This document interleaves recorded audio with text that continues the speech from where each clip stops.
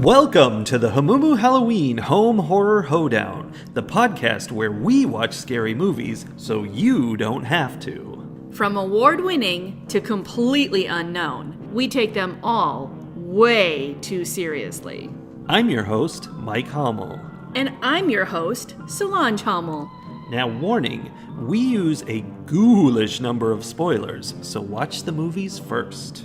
Second warning, we don't know anything about anything, so don't take us seriously as we take these movies seriously. Hot on the heels of the controversy last week about whether somebody gets out alive or not, Yes, there's a new controversy this week. indeed.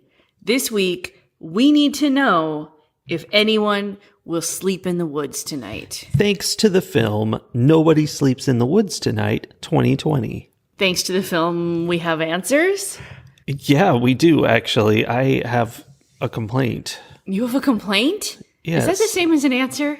I mean, that yes. feels like kind of a boomer take on things.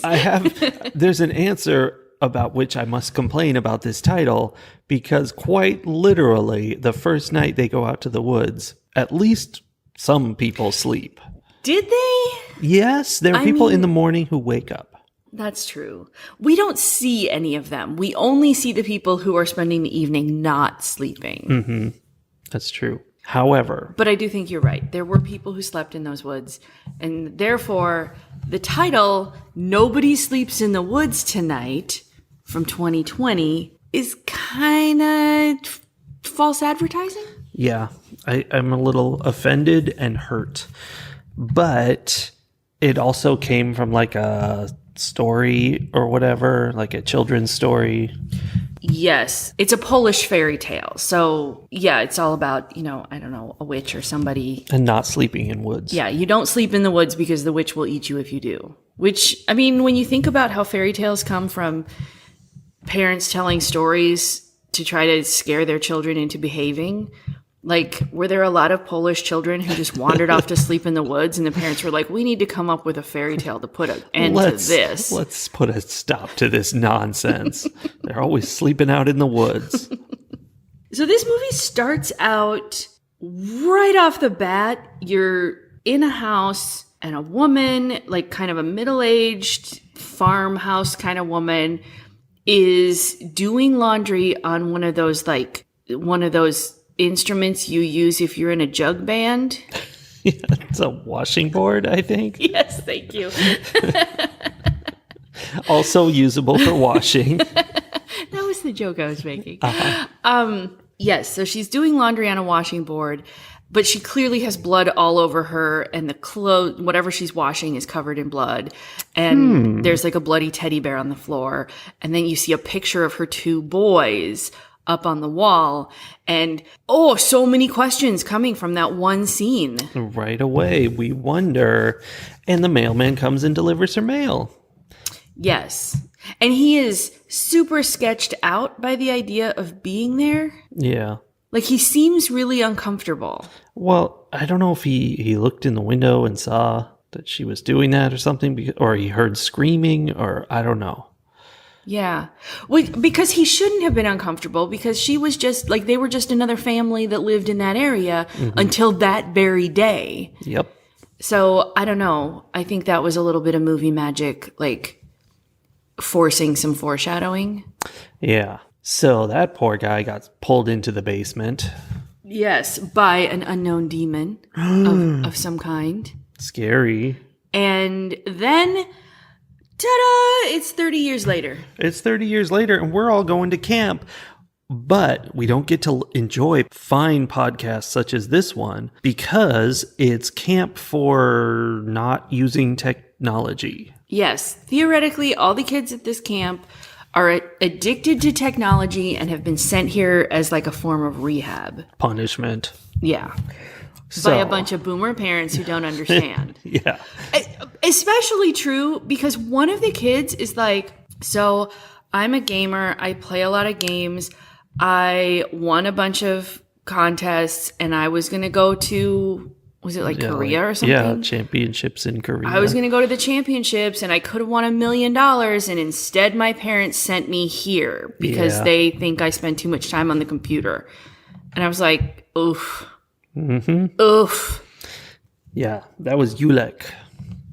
Because this is a Polish film. Mm-hmm.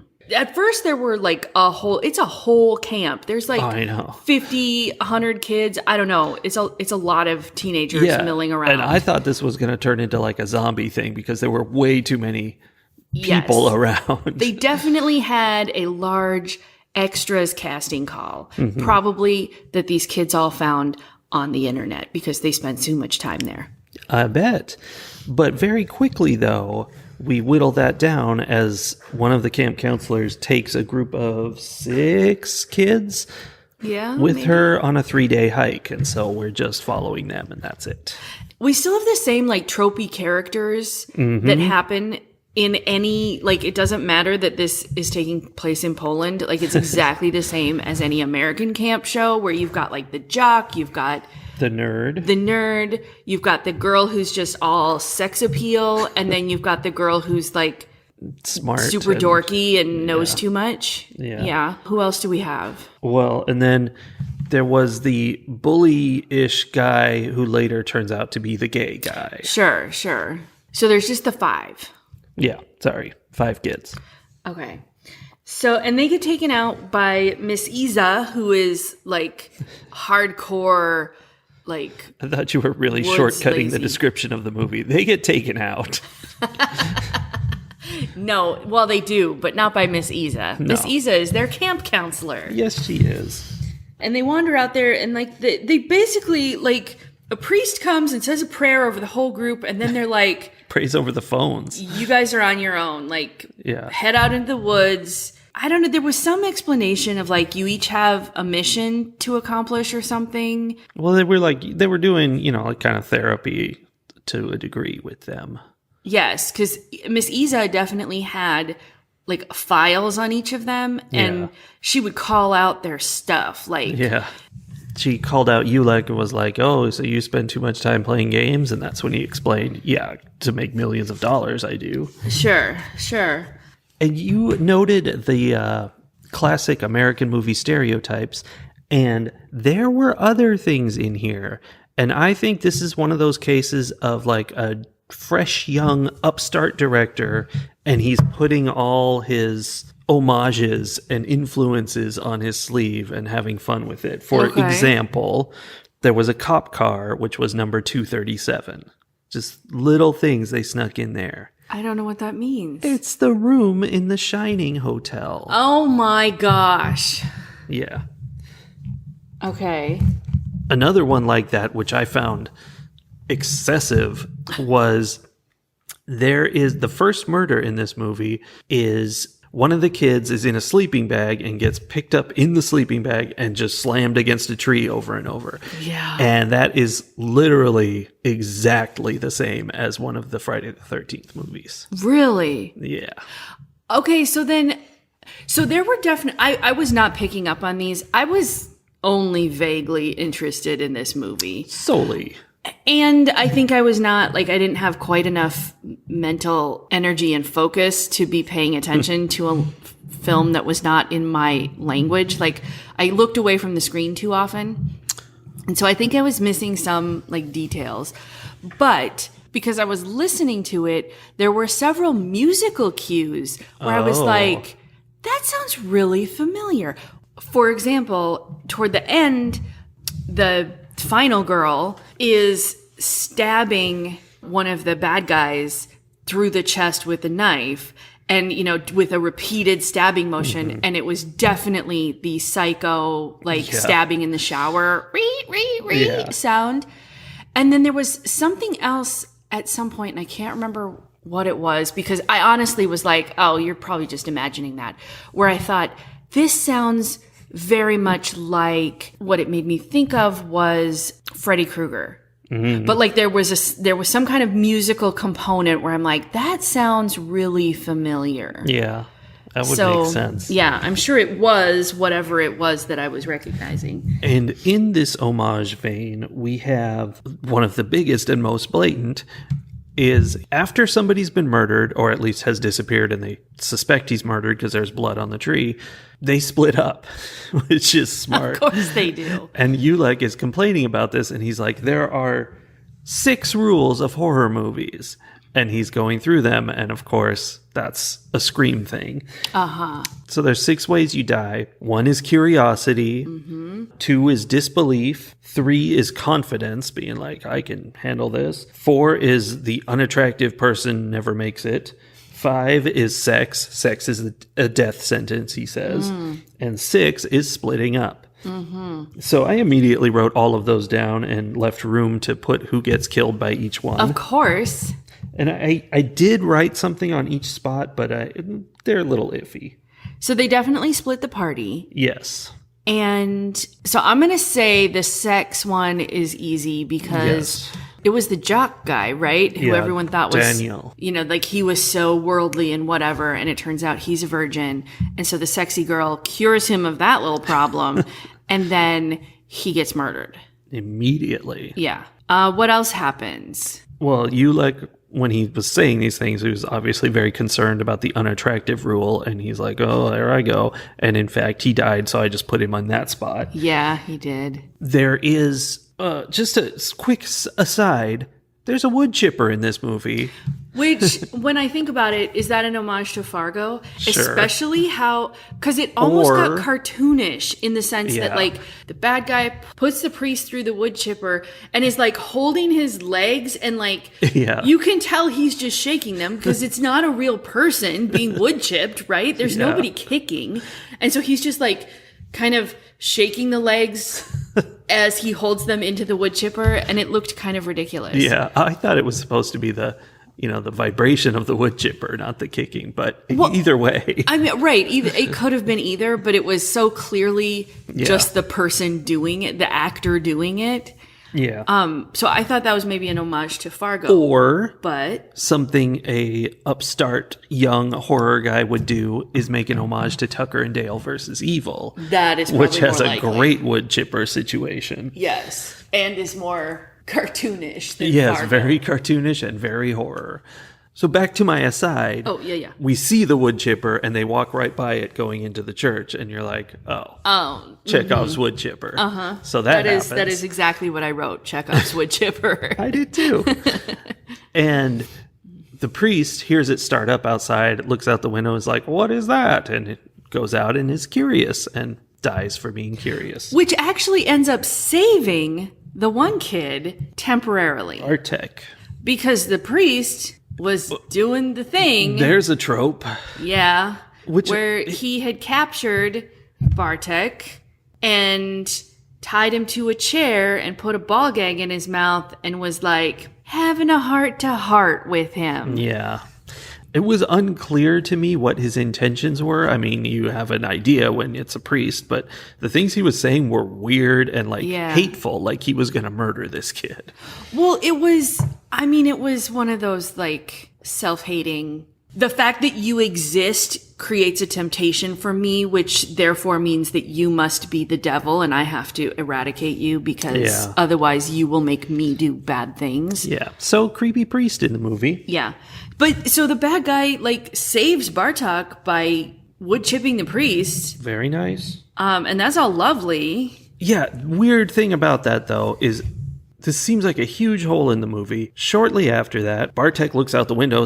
He gets his hands untied, looks out the window, sees the wood chipper situation, and is like, oh no, and goes and hides in the confessional. The murderer comes inside the building, and what we see is that he opens up the confessional and reaches in, and we're like, oh, well, that's it for Bartek. Only later, Bartek shows up and is fine, and no mention is made of what happened. He's fine momentarily. Well, momentarily fine. Yes. The sad part for him is that he escapes the church to get to the only other location in, there are 3 buildings in these woods, right? Miles apart from each other. Well, first of all, there's the camp, right? Yeah. But then there are 3 buildings. There's the church with the creepy priest. There's the a farmhouse where the mom and her 2 boys lived, and then there's this other like shack in the woods where the mailman lives. Mm-hmm. So apparently he only delivered mail to one house. Yep. So Bartok escapes the church and manages to get to the mailman's house, which is like the only safe place in the woods. Except the mailman is so paranoid about what's going on that he shotgun blasts the door and Bartok dies like for no reason. Yeah. So which death is that? I left him under splitting up just because he and Aniela were one part of the splitting up side of the equation, and she definitely got killed for splitting up, I think. Because she was just out in the woods, like... Yeah, she was sitting there talking with Bartek, and amazingly killed silently with a pole jammed through the back of her head. So that was a comment that I had. The number of times that these like monstrous men filled with alien beings. Yes. I think we'll get into that. I mean, they were wearing little Polish boy suits grown up into men, right? Like these Edgar suits. Yes, these bodies were not well controlled. And the number of times that they were able to absolutely silently sneak up on someone in the middle of the woods was stunning. It's real weird, but that's their alien abilities. I guess. So yeah, I agree. Those are splitting the party because those things wouldn't have happened to them if they hadn't gone off on their own. Yeah. I put Isa down as the confidence death because she was in a situation where the killer was right there and the kids were with her, 2 of the kids, and she was like, get out of here. And she grabbed, some kind of implement from nearby and was like, I'll fend him off and keep you guys safe. And it's not big confidence, but she thought she could have a chance. Yes, it was clear on her face that she was like, I'm going to take care of this. She was a skilled like woods person. Like I think she had reason to be confident that she'd be able to protect herself and these kids that were her job to protect. So yeah, that makes sense. So then the disbelief one was just, I believe, I don't disbelieve. The final girl is being driven to safety by a cop who accidentally runs over somebody and is like, he gets out of the car to go check, and she's banging on the windows because she's trapped in the back because it's a cop car, and she's banging on the windows saying, no, don't do it. And he thinks it's going to be something fine, and that's the sort of disbelief that he has, and he doesn't think it's a bad thing. And of course he's dead. Yeah, that makes sense. The other thing about that is that the final girl, who I called Sarah Connor in all of my notes, she was trying to start the cop car, and it couldn't start because obviously, like we learned in Scare Package, there's a distance required between a car and a horror movie bad guy before that car will be able to start. Yeah, if they get too close, challenge. it like messes with the car. Pulling out the tropes. Yeah. Okay, so that's fun that they had those things and that they pulled in all these different references and whatnot. And like I said, I called the final girl Sarah Connor. Her name was Zosha, but she wore a figurine of. He said it was a Terminator. Yeah, it was a Terminator. Was it? I could never tell what it looked like. No, it was a Terminator. At the end, she said it wasn't, that it was this other guy. But then I think from the story she was telling, that other guy was just a character that her sister had made up. Yeah. It was a Terminator figurine that her dad had. So that was a reference too. Yes. I know that Terminator is not really a horror movie. It's more sci-fi, but it's a horror sci-fi for sure. So yeah, lots and lots of little references. Now I'm trying to see like what other references did I miss? Oh, I'm sure. The alien came in a meteorite or something. That's been in. There's a lot of movies that very much had that exact meteor crashed into the ground. It's smoking there, and people come check it out. Yeah. Stephen King did that in one of the Creepshow or whatever movies, and it made him turn into grass. Huh. Yeah. Interesting. I'm sure that there's some like 40s or 50s movie that they were really referencing from that. And that's the thing. Okay. This movie begins with, first of all, the two little blonde boys and their mom. And even she put them to bed and they're like, "Good night, mommy." Made me think of Good Night, Mommy. Yeah. Ooh. And they even murdered her. They did. And I was even thinking more like The Shining, because it was that sort of like that creepy sort of twins thing. Again, if we're thinking about who was making this movie, if we're thinking a younger director was making this movie, Good Night, Mommy would be an excellent reference to put in there. And so there was that. But then, when the movie begins, we see that, it's kids locked in the basement that eat people, which, by the way, People Under the Stairs. That's a movie about that. Mm-hmm. And that sets up, okay, that's going to be the killers. They're just, crazy cannibal boys. And then we see them grown up, and they're big, pustule-ridden, gross mutant guys. Mm-hmm. And immediately I'm like, this is like we've seen dozen times at least the old story of be afraid of people who are different because they're literally just people who have some deformities. I don't remember what movie it was, but there was the one where it was in like the Florida swamps, and it was literally just that. Like it was just a guy with some physical and developmental issues. Yeah. And of course, that always makes them super strong somehow. Yes, super strong, indestructible, and very murderous. Yeah. And so I was very disappointed that that's what it was. Then, as you mentioned, the meteor, it turns out, because this is a hodgepodge of all horror ideas, that these were perfectly normal, healthy kids who found this meteor that fell in their yard, and it infested them with evil alienness. So they're actually alien-infested humans. Yes. And that is fun. That improves it for me. It does. It does. I think it's possible that was an intentional taking of what is really not an acceptable trope anymore. Like, we have largely matured past the, people who are different are scary. Yeah.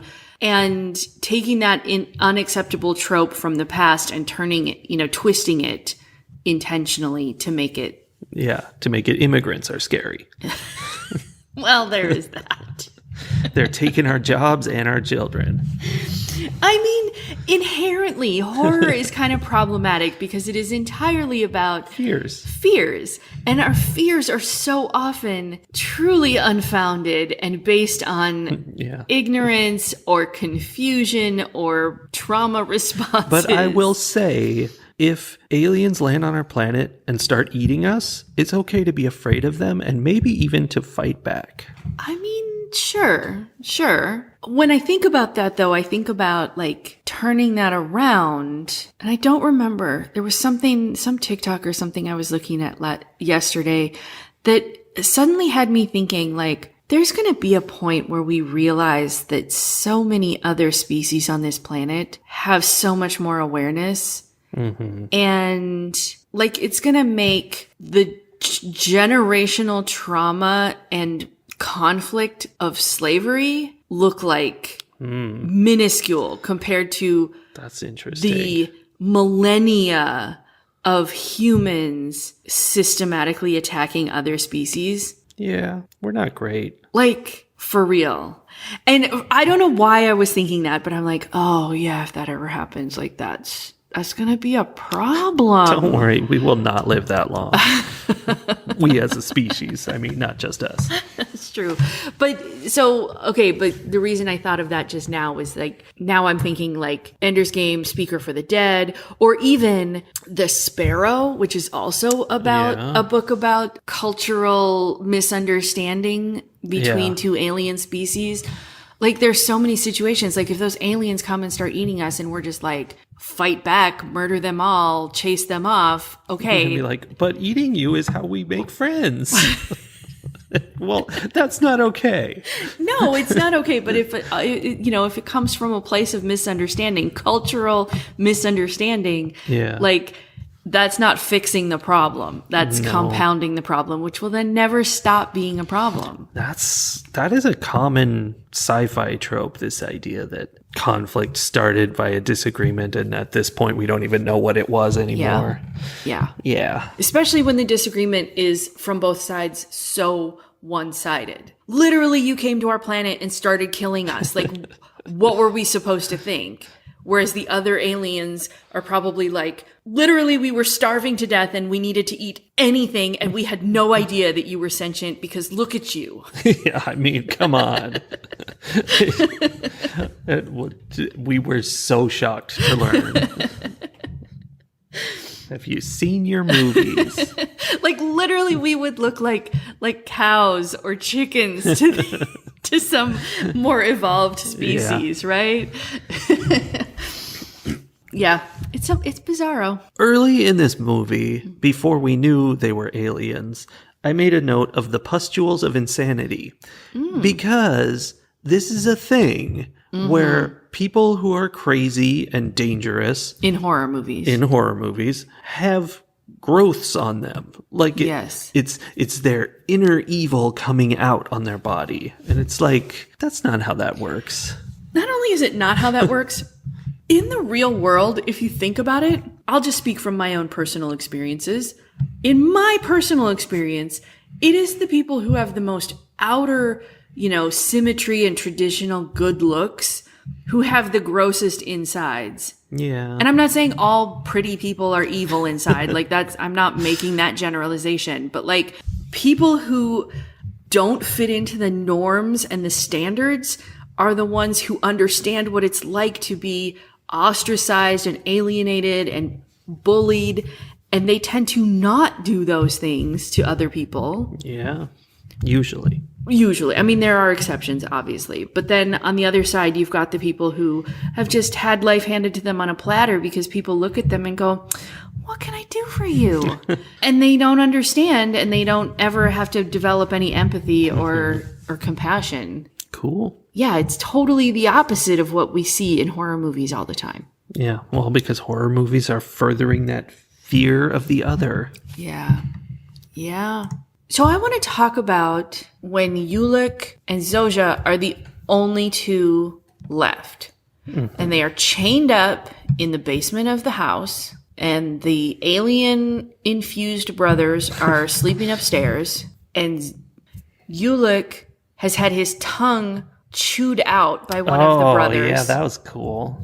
And I assume has some other injuries too, because as traumatic as that would be, I don't think you would ask someone to kill you to put you out of your misery. No, he was stabbed in the stomach. Okay. Yeah, she was pulling that knife. Okay. So like, he was so injured that they're the only two left, and he is asking her to put him out of his misery. Mm-hmm. He's trying to ask her because he's had his tongue gnawed off. Yeah. He's having a hard time communicating. I'm not even sure what I'm asking about that scene or why I bring it up, other than it was one of the more horrific scenes to me. Yeah, it was pretty horrible. And I guess it's that situation where someone is giving up and then someone else is having to decide, do I let them give up? Yeah. Or do I make them keep fighting or whatever? And she decides to do it. Like, he was probably not going to survive anything. No, but that's not generally a decision we're allowed to make for other human beings, even if they ask us to. Sometimes it's so complicated. Yeah. What concerns me is how she did it, because which might be why we're not allowed to do this. Yeah, because he had this knife in his stomach and it was just in there, and he like grabbing her hand and putting it on her and being like, do this.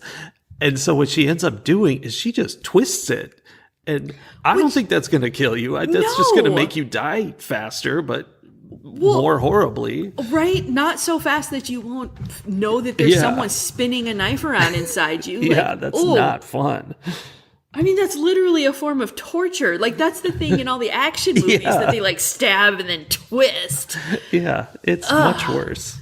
Yeah, that was pretty horrific. You know what she should have done is taken the knife out, which would have caused him to bleed out faster, because, that's a horror movie thing, is whether or not you should remove the thing stabbing through you.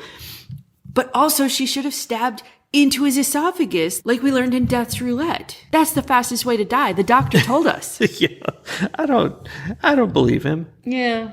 That was the thing. It was stabbed through the esophagus to the heart, and I feel like your esophagus is behind your sternum, which makes that very difficult. You could go over a little and actually just hit the heart.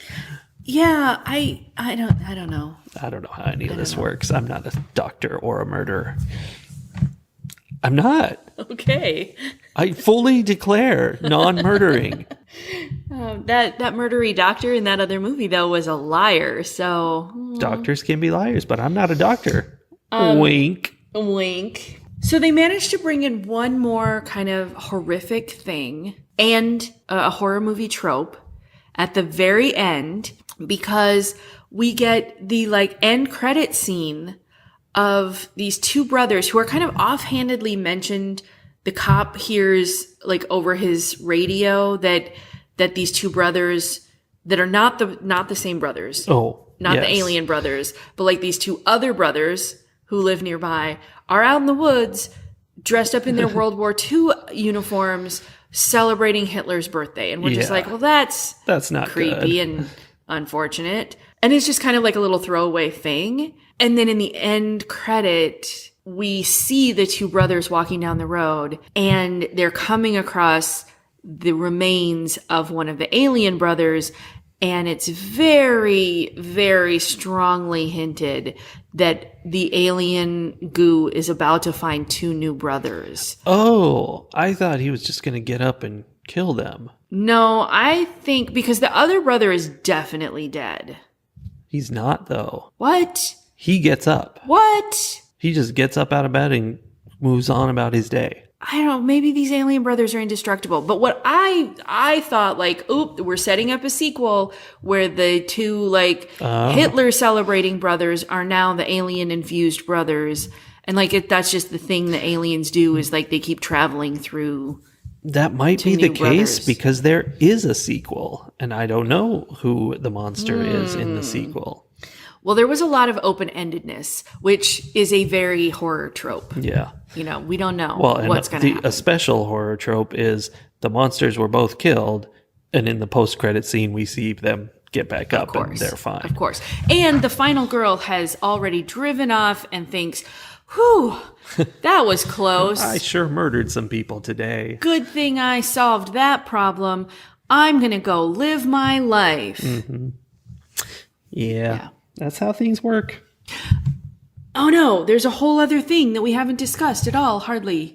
What's that thing? Why did we have the whole backstory of Zoja, the final girl, having been through a car accident and her parents and her sister dying in this car accident? Why is she at technology addiction camp? That we don't know. Especially we don't know who sent her there because it's not her parents. That's true. That's the dark. ghosts of her parents.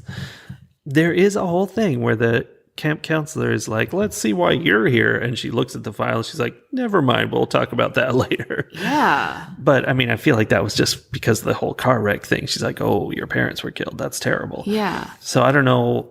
It's not really explained why she's there, but classic horror trope.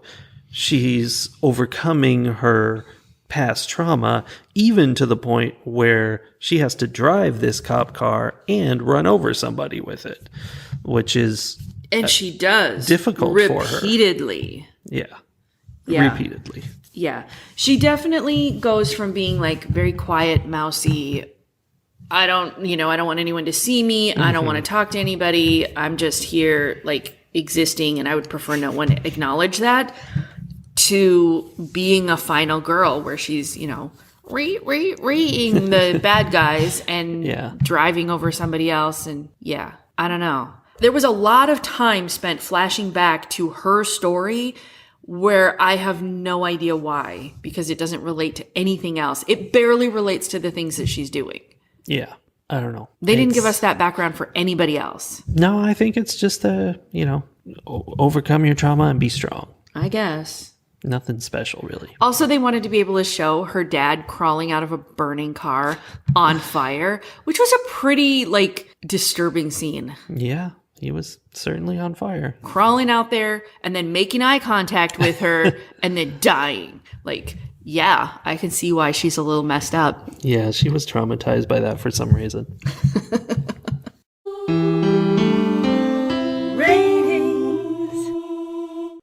What we haven't mentioned about this movie is that it is a cartoon. It's not actually a cartoon, but it's... That would have been burying the lead way far. Yeah, that would have been fun, actually. But it is super colorful all throughout, and everything in it except one kill happens during the daytime, which is funny because it's called Nobody Sleeps in the Woods Tonight. But true. It's not just daytime, but it's like bright day. Everything about this movie is super bright, super colorful. Even the car crash is in the middle of the day. It's like a bright, sunny day. And it's just like, it's peppy. Yeah. And that, along with all the references and, like over the topness of it, like this, it's not just cannibal brothers killing people, but there's a meteor that made them into alien monsters. Like everything is silly and extreme. And so it's like, it's a goofball movie. It's not a comedy really, but it's goofy. Like it's just having fun with horror, basically. It's mildly surreal, I think. Yeah. Cause it's like a fever dream. It's so bright and so colorful. Like it's homage. It's let's reminisce about all the fun horror things we've seen, and it's that. And so you're just supposed to laugh. So that's fun. It's like, it's that kind of movie where it's more fun than depressing and sad and whatever, even though it's not funny or anything. But does that make it good?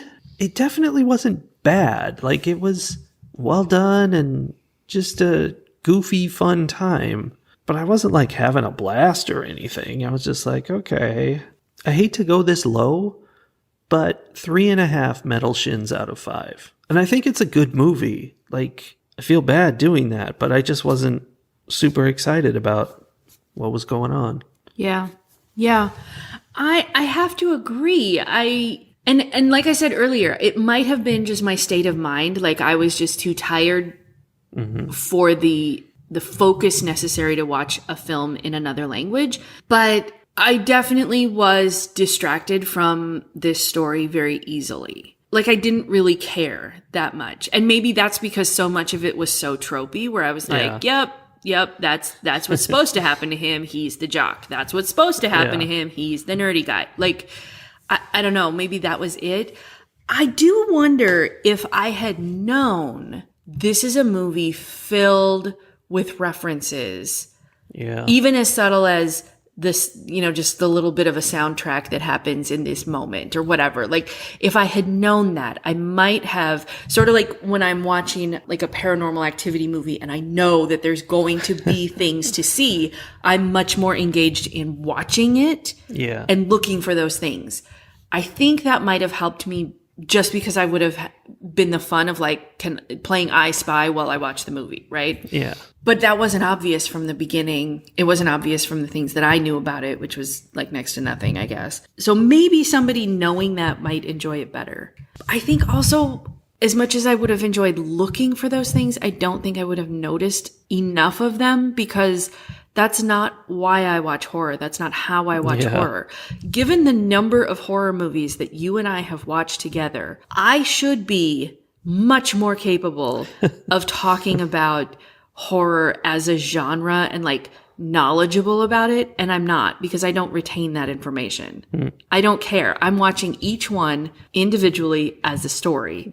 Not to build my like credit in terms of can I talk about horror more intelligently than other people. Like the fact that we don't know what movie the meteorite was referencing, I am sure that there are people who would listen to this and be infuriated that we don't know this like cornerstone pivotal movie in I horror. mean, there's just so many that have almost that exact scene that it's not fair. But this is what I'm saying, is that those are all referencing the one that everyone who is knowledgeable about horror knows. And I feel like there's like Night of the Comet. Like, that's what my brain keeps saying. Night of the Comet is very different, actually. Okay. Well, it's an 80s movie that is so 80s that it explodes in your face. Well, whatever it is, I feel like there is a very concrete, like 1940s movie where that exact thing happens, and we should know it, and we don't, because we don't know anything about anything. True. So this sort of movie where they throw those kinds of references in for the people who obsessively gather details about the genre, it kind of just like goes over my head. So I don't know. I do think that this movie would be better for other people. I am also going to give it 3.5 metal shins out of 5, but it's a 3.5 that is leaning hard toward 4. Yeah, me too. Because I agree. I enjoyed it. It was fun. It was not necessarily funny, but it was entertaining in that, like, oh, I recognize that kind of way. It was lighthearted. Yes. And I think they could have played that up more. Like, there were no ghosts in this movie. There could have just been ghosts for some reason and zombies at some point, like just really gone out there. I mean, when I think about it, it does remind me a little bit of Scare Package, only Scare Package went more surreal when it did play it up, and we liked that more. I think. That was definitely a comedy. That was totally ridiculous. So I don't know. It just wasn't. It's not the right movie for what I like to watch, but I think that my score of it would be lower than a lot of people who really like horror. Yeah, that's fair, and we agree with each other. Yeah. Fight the horror of a world gone mad. So I know I said I wasn't going to do any hot political tips for a while, but I also said that I wasn't going to do any hot political tips as long as Abbott didn't call a special session. And much like these alien pustule brothers who just keep getting up, we closed the legislative session, the 88th legislative session, at 6 p.m. on the 29th of May, and at 9 p.m. on the 29th of May, Abbott called the first special session. He gave us 3 hours in between. That's how long you get no hot political tips for. Ugh. So I am not going to dive right back into doing hot political tips constantly. Like, I do need some time off. I think we all do. We're just going to take a little longer break than Greg Abbott was willing to give me. But I did want to acknowledge that the Texas legislature is in special session. They are deep in all kinds of internal fighting, where the House has already adjourned sine die from the special session, which means they can't do any more work. They passed 2 bills, sent them to the Senate, and then adjourned sine die. And basically that was them saying, take it or leave it, buddies. And then the Senate is over there not wanting to take it, but also knowing that if they leave it and they adjourn sine die, that Greg Abbott can just call another special session 2 minutes later. So the Senate is slowly working on their border bills and ignoring the property tax stuff that the House is trying to shove down their throat, and just letting this session go on. It could go on for 30 days. And in the meantime, like, I don't even know what Greg Abbott is doing. Probably sweating because Ken Paxton has been removed from his office as Attorney General. There's so much politics going on that you're not telling us about. And just last night, the Republican donor that Ken Paxton was breaking all the laws for got arrested on FBI charges. And holy cow, like, there's all kinds of stuff going on. So please read the paper. As if there are papers anymore solely. But I am just popping in to say there's stuff to pay attention to, but we're not going to continue paying attention to it at the end of these podcasts until, like, the end of this summer. Yes, ma'am. Okay.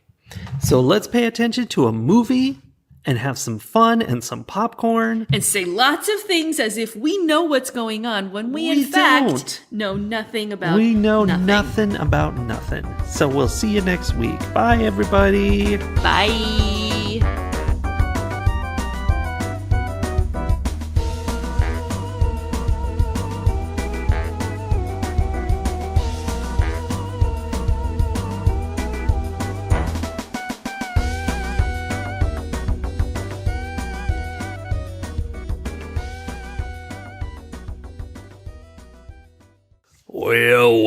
Well. What is happening? Here we are, back in the saddle again. What is happening? I guess we got a podcast to do. Who is this? This is a character I have never met. I'm Johnny Podcast. Johnny Podcast. And we're hitting the range. Okay.